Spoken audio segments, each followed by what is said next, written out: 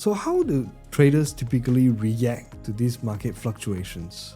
A lot of traders, when they start trading, right, they will learn a lot about many different kind of technical indicators. And then a very typical way to know if someone is new in trading is by looking at a chart. If they have too many trading indicators, probably they may be novice on, they are still trying to figure things out.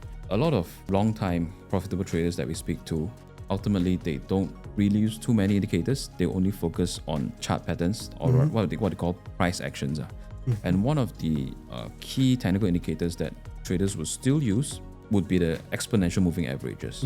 Okay, exponential moving average, or rather the EMA trading strategy, is a trend following strategy where it tends to work well when the market is trending. So to put it simply, what is an exponential moving average, or rather what is a moving average? It is basically a line that smoothens out the price movements of a certain period in the past. So let's say if you're looking at a 20-day moving average, so what that line represents today, or the point that it represents today, it is the average price of the past 20 days. Okay, so that line would just be a smoothen out trend of the price, and what it does is really to give you a clearer look at where the prices is going. It cuts away a lot of the noises, and people don't normally use such moving average on its own. They normally use a few kind of different period moving averages.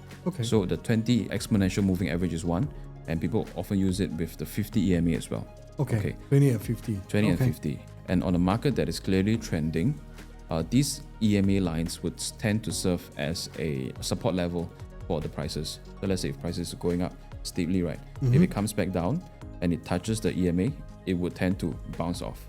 So traders could look for such interactions and then to place their trades accordingly.